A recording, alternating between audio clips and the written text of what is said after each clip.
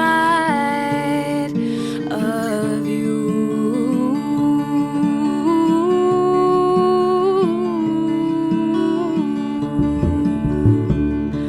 Then you could see that you are already free. 'Cause now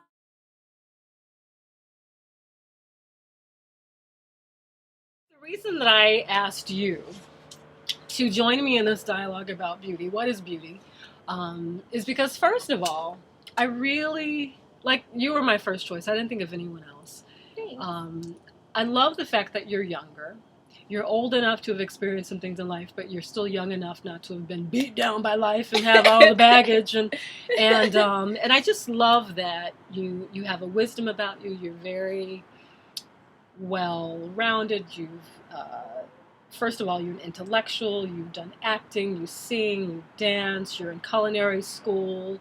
I've seen you move into a new town and zip, zip, zip, zip, get stuff done. So there's something very enterprising and very solid about you that I really respect and appreciate. So thank you. I'm glad you made yourself available to have this conversation about what is beauty. That's what we're talking about today. What is beauty? Beauty? If we could be so arrogant as to even try and define it. So that's my first question for you, Aris. What is beauty to you? Wow. Okay.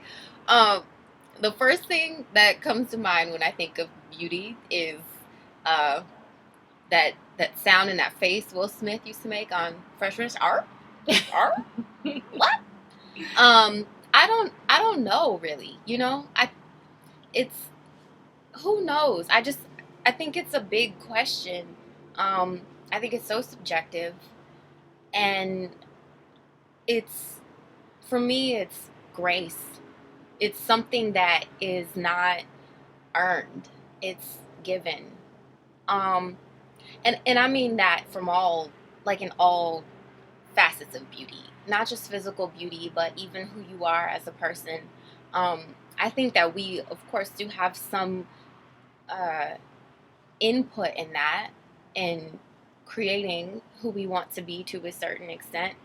But I do think that that a lot of it is just God given, and I was telling you earlier that I had this epiphany recently because someone said to me that they thought I was beautiful, and I said thank you, as I always do, because that's the polite and gracious thing to say in response. And I am genuinely grateful when people give me compliments and stuff. That's awesome that someone would take the time to do that and say that.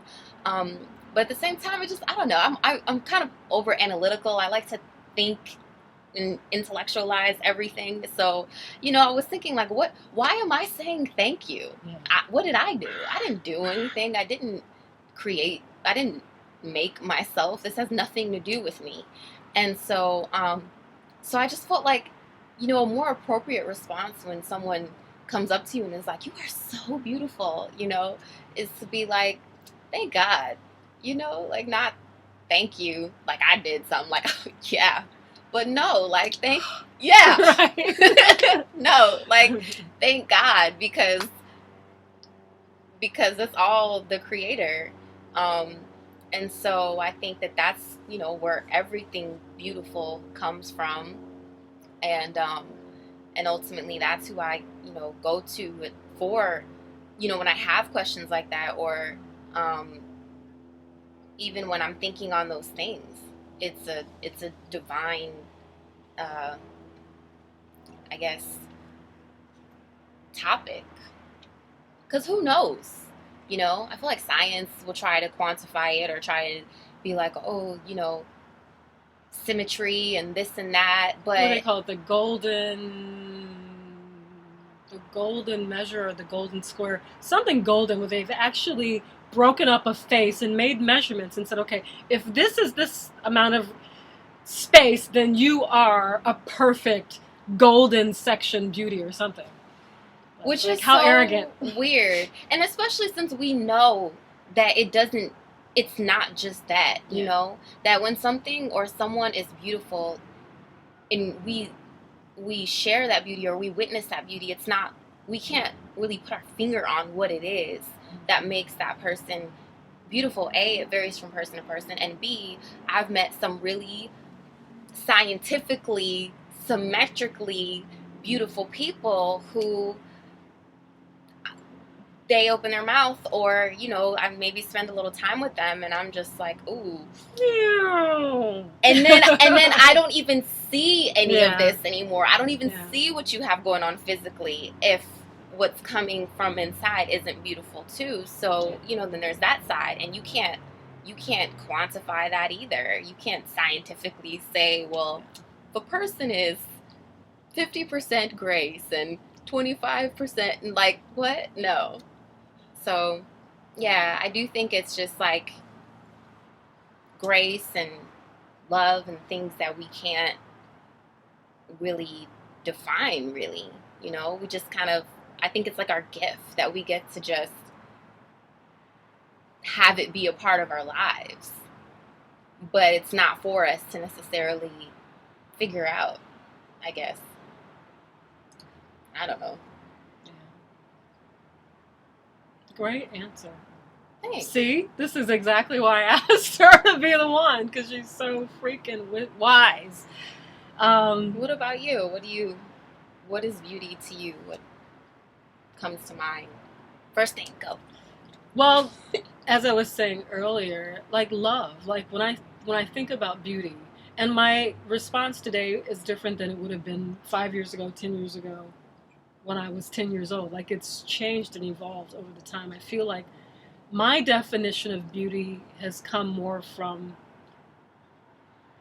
the experiences I've had in life, as opposed to what I feel like pop culture defines beauty as. Like, it's more from within, an inner wisdom now at 44 years old. And it's been a long journey to get there, but I have this saying that God don't make ugly. People make ugly. With their mindsets, with their attitudes, with their habits.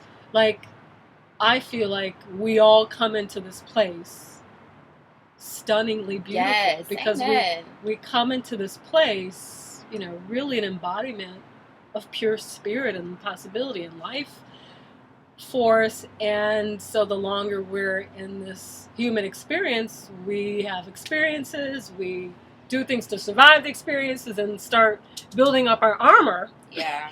You know, so, but I love your definition, and, you know, it's so funny, almost arrogant. Like last week I was talking to Nadia about love. It's like, if we can be so arrogant to define love, like how you define an energy or a spirit, I mean, we can do as much as we can with the little weak words that we create.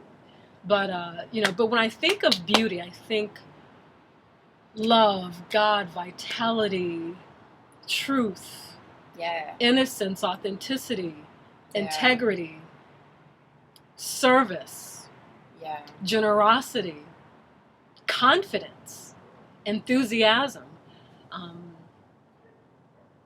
I mean, just someone just being so comfortable in their skin. I feel like, and even outside of people, I think about, like, we're surrounded by beauty. The sun is setting. The lights there are beautiful. I mean, I feel like when you are in the presence of beauty, it's inspiring. Something inside comes alive. Something inside is ignited. And that's why I think that for many people, animals and children are so precious, because I feel like they're pure, their truth.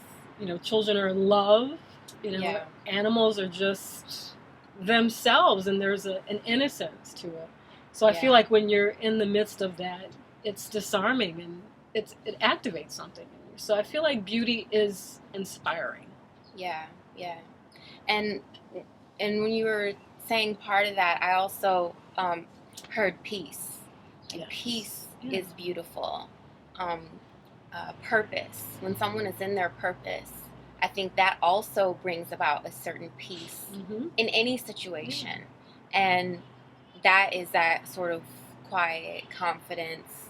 Because I think even the word confidence is a little tricky. Yeah. People will say, and I've heard that said before, like, oh, confidence is beautiful. But I think it's also important to define where that confidence comes from. Is the confidence in yourself?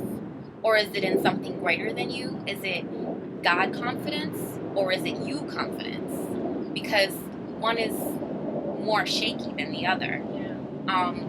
And also there are some people who we might look at and see as beautiful who aren't confident, who don't know that they're beautiful. So, I think that's something to look at too. Not to say that confidence isn't beautiful, but it is, like, I think there are different shades of confidence, and it's important to look at what you're getting your confidence from. Very good point. And then the word confidence has con in it, and con is against, and that's why I don't like the word contract. Well, I digress.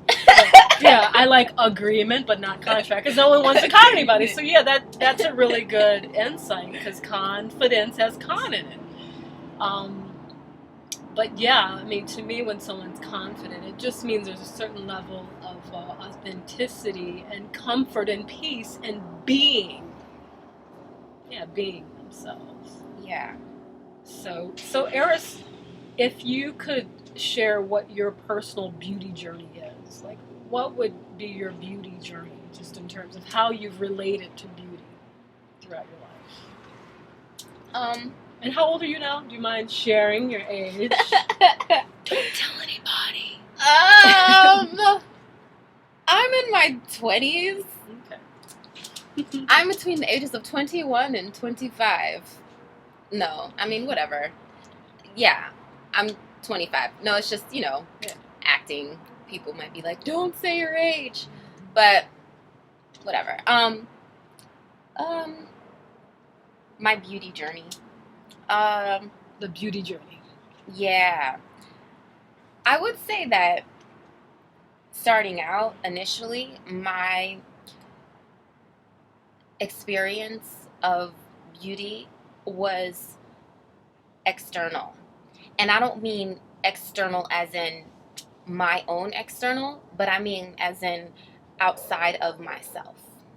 So I didn't start to really have an idea about what people think is beautiful, or even how people might respond to one's own beauty, until people started telling me I was beautiful. But and then it would always kind of be like, really? Oh, and then so it was kind of like that. It was an external thing, because it was people telling me versus me really experiencing it and knowing it for myself, from the inside. And so, I had to grow into that. It's interesting. Like I always say, nobody wants to hear somebody complain of, woe is me, blah, blah, blah. It's been so hard. And, and that's not what I think or how I feel about it. But I do think that, that being my own experience has been so unique. Like, I'm going to write a book about it someday. I have to. Mm-hmm. Because, just having a different background, having parents that are two different races, it's like I never I didn't grow up around people that looked like me. Yeah. So, that was tough. It made me really insecure. It made me feel like like there wasn't necessarily a place for me. I didn't fit in anywhere. And so, I felt, not beautiful. And like I said, it wasn't until I started to get, people, and of course, certain members of my family would, be like, oh my gosh, and, again, it took me a while. Even like with this hair, I remember being little and like crying, like, and being like, oh my gosh, it's, I don't know what to do with this hair. And my mom just being like, your hair is beautiful, and, letting it go big and letting it go natural. And I remember being like, picture me like tiny, tiny, tiny, but still with this much hair. And so it was like everywhere I looked was hair, and it was like too much. It would get stuck on my lip gloss. I didn't like that, and I was just like, ah. But then, I grew into it, and I'm grateful for it. And, it's a blessing.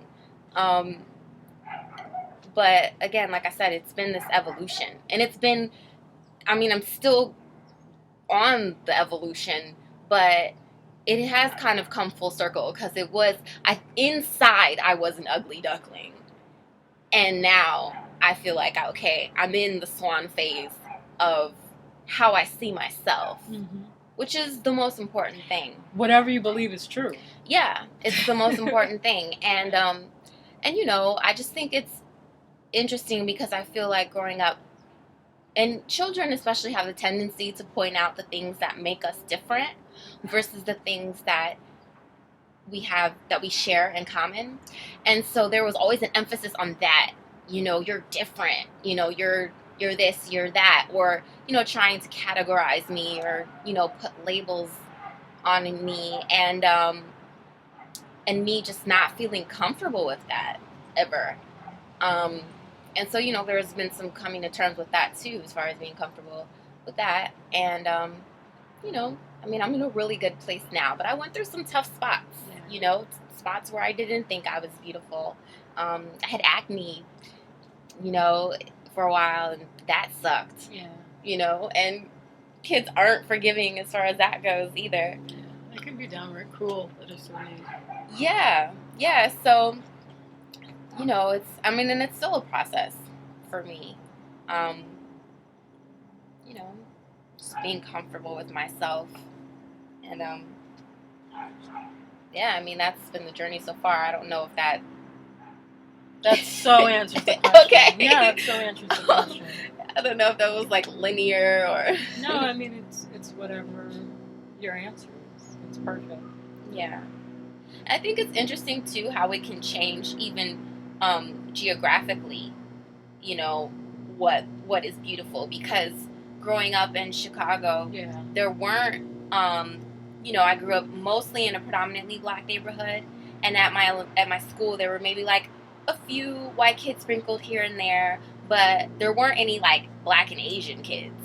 So, the black kids would be like, "You're Chinese," and I'm like, just because I don't look like you doesn't mean that I'm, and if I was what you're saying I am, what's wrong with that? Yeah. Like, what's the problem? So, but then I remember coming to California, and there's like a lot of curly haired girls running around, that look like they could be my sisters. So, it's like here it wasn't really that big of a deal. And I certainly didn't get teased for it here. Yeah. So, you said it. It's different when you're younger. It's like people, but it's not even younger. Even, adults look for differences to separate us. So that's true. Yeah. So what about you? What's been your journey of beauty? Wow. It's, I'm still pretty young, but I feel like it's been an excursion. Like an excursion. Like what? Or a marathon, or... Yeah. It's interesting. So, my first memories of beauty, and I think when you're younger, beauty is more about the physical. How pretty, cute, gorgeous. What are all the words for being beautiful, attractive? It was more about the physical. And my earliest memory was that my mom's friends or adults would, say to me, "Oh, you're so pretty." And I think I didn't really get what that meant, but I realized that when people said you were pretty, they would give you attention. And after a while, they would say, "Oh, you're so pretty," and I'd be like, "Oh, I know." And then so my mother would say, "You're not supposed to say that." So then I was like, "Oh, okay." So then right there, I couldn't be authentically expressed. And all I meant was that like I keep hearing I'm pretty. So, oh, I know. I've been told that before. So I didn't mean it, like I guess people would say I'm conceited or whatever. So, but what's interesting is that the older I got, and once I got into public school, like you, I looked different than most of the children around me. So I got teased. And so that really took a toll and shot down my confidence, or my esteem. Yeah. And how comfortable I felt with myself. I started feeling like there's something wrong with me. So then instead of this, I became more like this. And, got into fights, people picking on me, and, went through junior high school, not feeling good about myself for a while. I had two, protruding front teeth, and I got teased in school. They called me Bucky Beaver. We're losing our lights. It's getting darker. Sucks. But if you don't mind, we're going to be here. We're not going anywhere. So then, I hated my teeth so much that I literally willed them away and knocked out my two front teeth. So then I went through school being snaggletooth. Like junior high school, like the years where you're most awkward and children are the most cruel. I didn't have two front teeth, and then wore braces, and so I had this whole journey with my teeth. In fact, right now, and that's something we were talking about earlier, that that I'm really committed now to just being comfortable in my skin, no matter what. No matter if my skin is broken out, if I have a pooch in my stomach, or I'm missing a tooth. Like, about 10 years ago, I had an experience.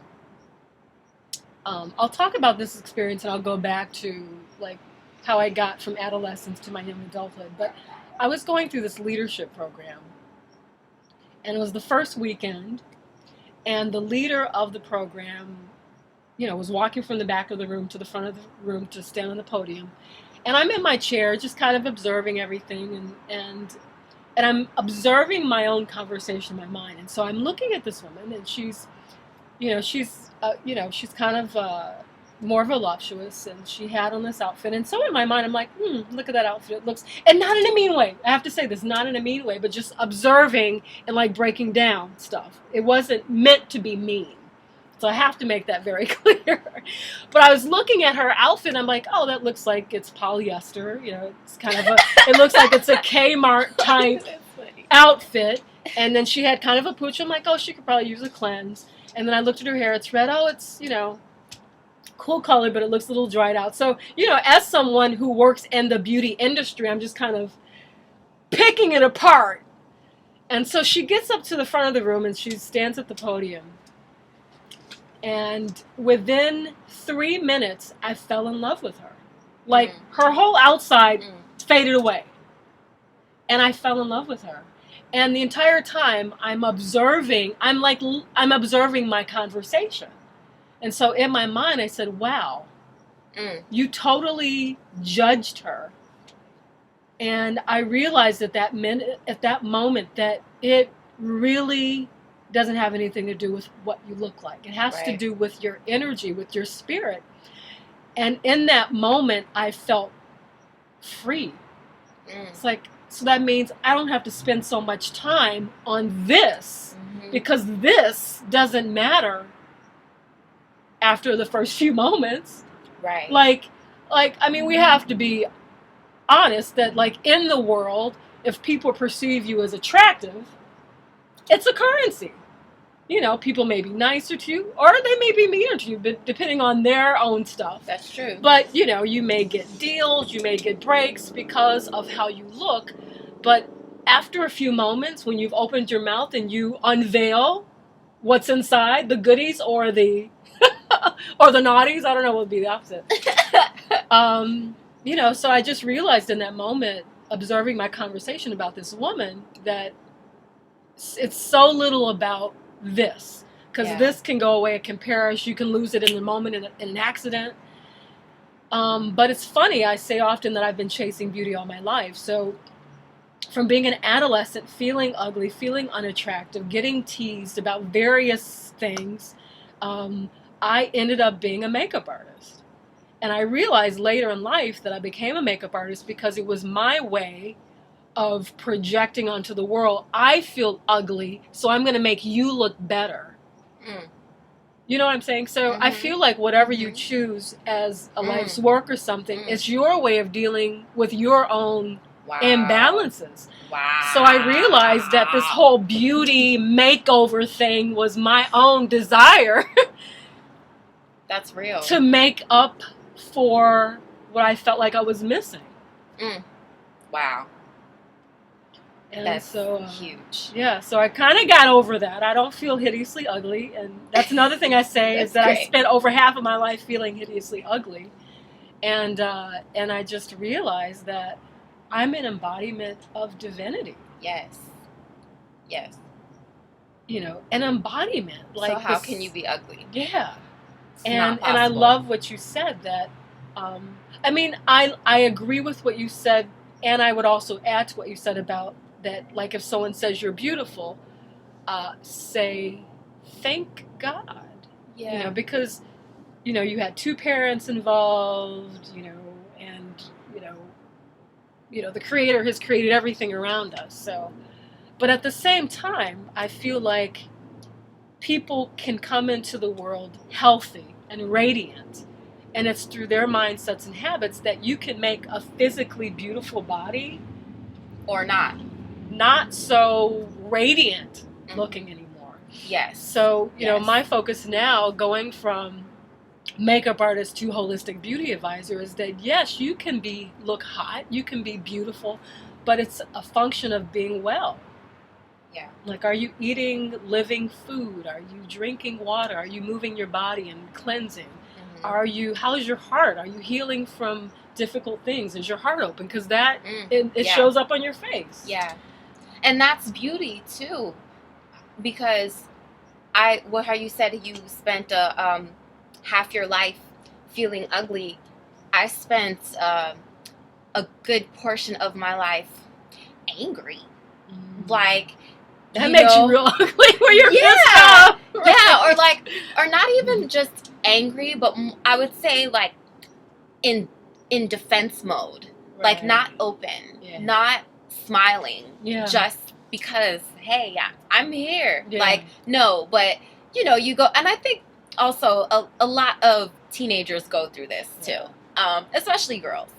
In America, when you've been picked on or you've been teased or people are, you know, talking mess about you, you will develop this harder exterior as a defense mechanism. Absolutely. And so I definitely went through that phase too, where it was like, and I think it was misconstrued as me having an attitude problem, and I you know, and I probably did, but I'm saying that's the root of it.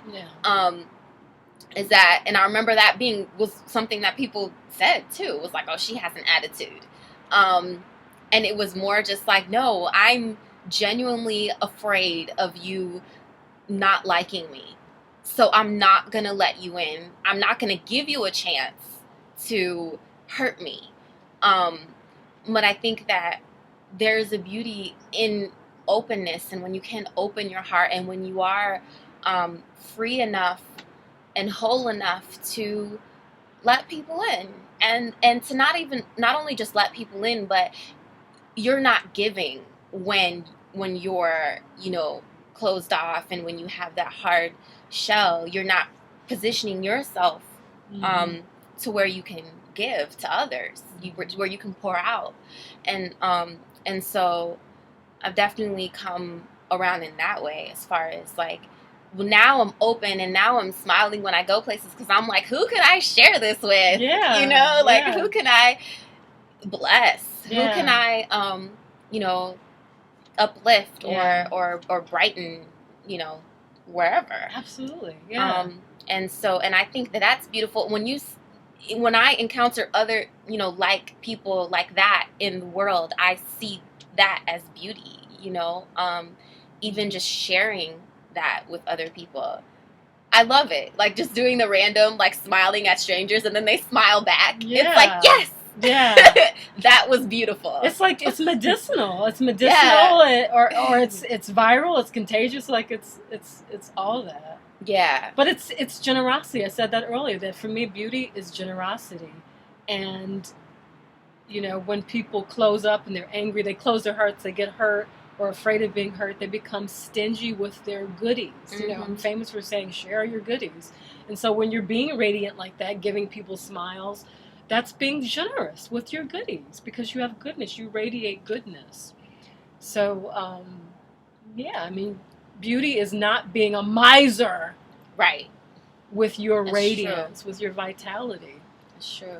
So, all right, so what are your top 5 ways to be beautiful? So if you could, I'm totally putting you on the spot. I just actually thought about this. It's really dark. I know. Can you still see it? You can still see us. Top 5 ways to be beautiful. Yeah. If If you could write a prescription for someone, how to be beautiful, the top 5 ways to be beautiful. Okay, well, here's the thing. Cover of Cosmopolitan. My top 5 ways are gonna have like each way would probably have its own little like A and B and C subways. section. Yeah. But I would say definitely the first way is to connect to God, connect to your creator, because that's who made you. And I agree, as far as we did come into this world pure and beautiful and unblemished in every way, physically, spiritually, or those of us who are fortunate enough to be born 100% healthy and all that.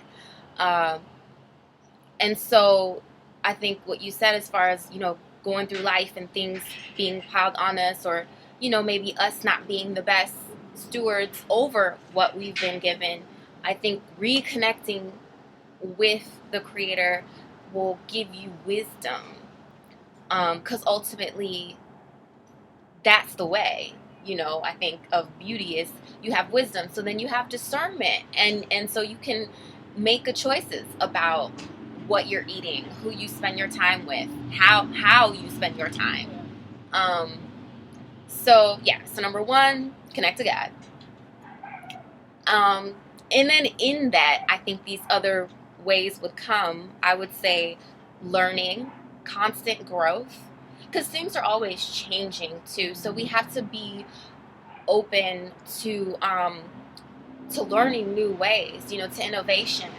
Sometimes, maybe I think a lot of us probably grew up with certain remedies or beauty tactics, practices, habits that maybe were passed on to us from parents, grandparents, whatever, that maybe aren't good anymore.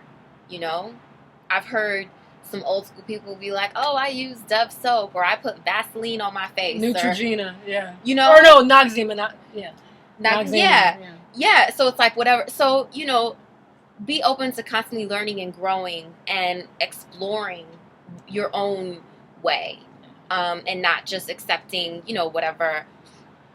whatever ways have been passed on to you. 3. Exercise. Move that body. Yes, move that body for more than just the physical reasons. Yes, it's great for your body, but even just for your spirit and your emotions and everything. Just I notice for myself that when I'm exercising, I just feel, when I'm doing it on a regular basis, I feel better. I look better. My skin is clearer. I'm happier about, you don't experience that like morning anxiety of like, oh, nothing looks good on me, because you feel good in your body. Yeah. And so then it's not necessarily about, how can I dress it up or whatever. It's just like, no, I feel good. Whatever I put on is going to look good today, because, something or nothing on. It's all good. Right. Right. So, 4. Um, uh, well, diet. I mean, I feel like it's kind of all of this is covered in God and wisdom. Mm-hmm. But just to break it down, diet is important. Drinking lots of water. I stopped drinking soda years ago. Pop, soda, whatever you call it. I don't drink it. Maybe like once a year, I will have some, like a Sprite, or like some kind of clear soda or something.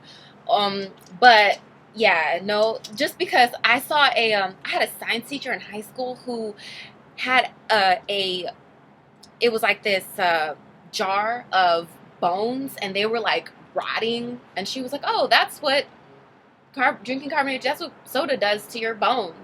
And I was like, "Oh, no thanks." Noted. Yeah, I already wasn't drinking that stuff at that point, but that just solidified it even more. So yeah, just drink as much water as possible. And this is a confession. I am obsessed with reading labels,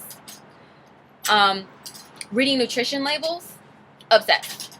I read everything that is that's brought into our house. I read what's in it. Yeah. So just be interested in what's in what you're putting in your body. Read the food labels. If you don't know what something is, don't eat it. If you can't pronounce it, don't eat it. If it's not an actual food group, don't eat it. If it's an additive or preservative or any of that other stuff, don't eat it. Those are my general rules. I'm not perfect. Okay, every now and then I might have a hot Cheeto or something like that. Balance is good. But as a day-to-day rule, I'm very consciousness and just diet, being conscious about what you put in your food is so important. Eating clean food is so important. Yeah. So that for me, that's 4. And then 5 is laughter. That's a good one. Yeah, you laugh. I love that. Like, I think beautiful people also don't take themselves too seriously. I love that one. Laughter. I didn't even think of that one. Yes. 2 heads are better than 1. So now you get 10 for the price of 1. No, it's 2. Anyway, go ahead. Yeah, laughter is so important. And just for all I don't have to even explain that one. Y'all know it's good. It's great. It's necessary for life. You can't be serious all the time. It's medicinal. And it's just, I think that also is currency, with the universe, when you can make other people laugh too. Yeah, with yourself. It just makes you that much more beautiful when you can make people laugh, and when you also have a sense of humor and can laugh when other people make jokes. Like, even recently I've had a couple experiences where like someone said something funny and I laughed, and I have a pretty hearty laugh. And I laughed, and he like thanked me, complete stranger, but he was like, "Thank you for laughing." And I didn't even, but then I thought about it, like, man, that would have been a really awkward moment if he was over here like, cracking jokes and I was just like stone faced, No, it's laughter makes you more attractive to people. It makes people want to be around you, just sharing it. It's a sign of vitality. Yeah. You're alive. Yeah. And also, that is a beauty secret handed down from my mama-san, my dad's mom, on my Filipino side. She is in her 70s. And ever since but she's never looked her age. And ever since I was little, people would always stop us and be like, "Oh, your daughter, blah, blah, blah." Like, people always thought I was her daughter, never her grandmother. People never think she's how old she is. She doesn't look her age. And she has a younger sister who actually looks older. Wow. And she told me, she's like, "You know what my people always say? You look so much younger than your sister. Why is that?" And she said, "Because I laugh. Mama-san has a great sense of humor. Her laugh is, oh my gosh, we went to go see 40-Year-Old Virgin together, way back when. But I just remember going to the theater and sitting with my mama-san in the theater watching 40-Year-Old Virgin. And I was like, you guys, I'm a little embarrassed to admit this, but I was a little mortified because she was laughing so loud. Like, you could hear her laughter permeated That's the hilarious. entire theater. That's so funny. And, so she has a really healthy relationship with just her sense of humor. Joy. Yeah. Joy. Exactly. Joy. That's such a great word, joy. Yeah, joy. I love those. So repeat, 1 through 5. Okay, so 1 is having a relationship with God. 2 is what was 2? Well, you know what? I can edit this and I'll put it at the bottom. 3! 3 was move your body. Oh, yeah, or was that 2? I don't know. I think it was move your body. Yeah, move your body. And then 4, eating. And then 5 laughter is laughter. Yes. Yes. Perfect. So it's so funny. So I'm totally in the moment. I have no idea what my 5 are. But I would say, as you did, I would say start with knowing who you are. On the Temple of Delphi, one of the biggest commandments is know thyself. And so know thyself as being an embodiment of divinity.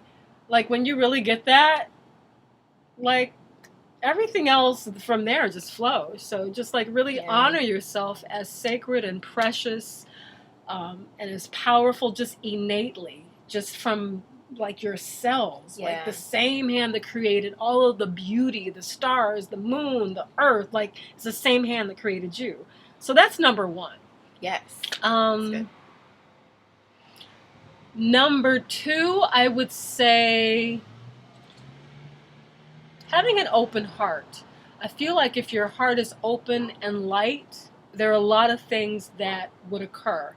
You would be generous. You would be fun. You would laugh. Mm-hmm. You would be wise.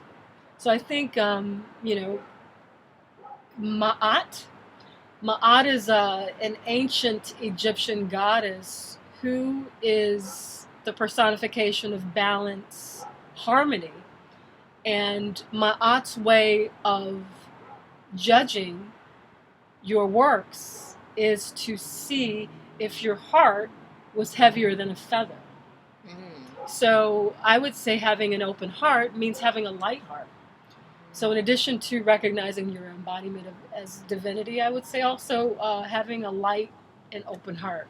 Mm. Third, what else would I say? What would be number 3? What would be number 3? I would say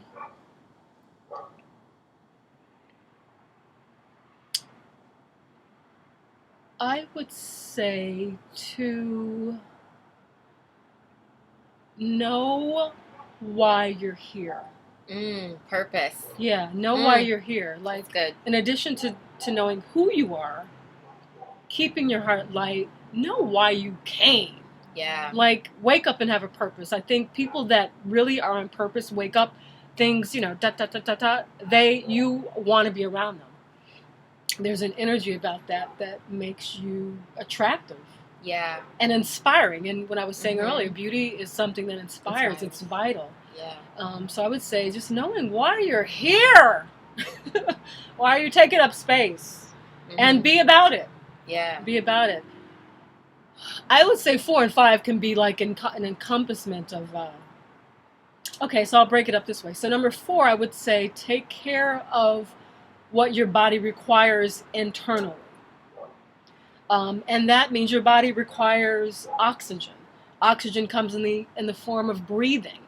Like when you breathe, you're taking in oxygen. When you exhale, you're releasing carbon dioxide. So, the first element, air, I would say making sure you stay hydrated. That's liquid air. That's liquid oxygen. Making sure you stay hydrated, drinking water, cleanses the insides out. Eating food that's water rich is another way to get your water.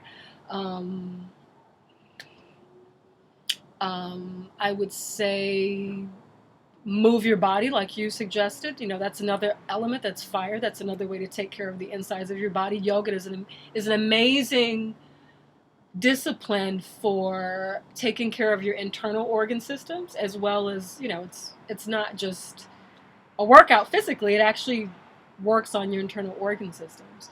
I would say, and then the final element is earth. I would say eat as much life as possible. So I'm putting these all in one. You know, take care of your internal health, your internal body. And also in regard to eating living things like salads and fruits and vegetables, I would say make sure that the products you use on your body are things that you would consume from the earth, things that are pure and safe to use. Yes. I would say 5, take care of the gift. Like, we're a gift. And so oftentimes when we have a gift to present, we wrap it. We gift wrap it.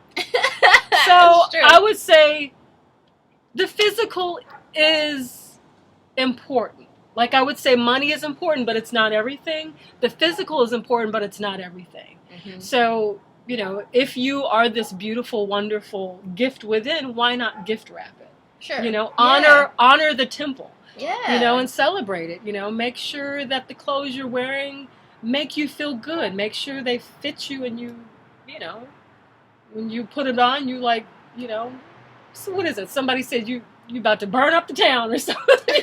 I love that. So so I would say, you know, I think it's, you know, I think sometimes people can become so significant and spiritual that they overlook the tangible, the mundane, the superficial. You know, but we're human beings. We're in the physical. We're experiencing what's physical. So I don't discount that. I think it's important as well. Yeah. It's not everything. It shouldn't be the focus. But, you know, what is a should or shouldn't? Right. So, whatever. Plus, it's like whatever spiritual gift that you may have to offer the world, you know, might not be received if your package isn't together, because people are looking at it like, well, why should I listen to you? They're looking for the fruit. If you don't have it. Yeah, exactly. The fruit off the tree. No tree by its fruit. Amen. So if you don't, you know, you want to present that which you are inside. You want them to be to correlate, you know, to match each other, hopefully. Absolutely. So this has been awesome. Way beyond my expectations. Yay! So thank you all, and I would like you to reply to 2 questions. What does beauty mean to you, and what is your beauty journey? So that is your implementation for this week, answering those 2 questions. So thank you so much for your attention, and it's so funny. It's like every interview I've done, we've like set the sun. We started out light, and now it's dark, but it's all good. So thank you. Love you. Peace. Yes. Have a beautiful life.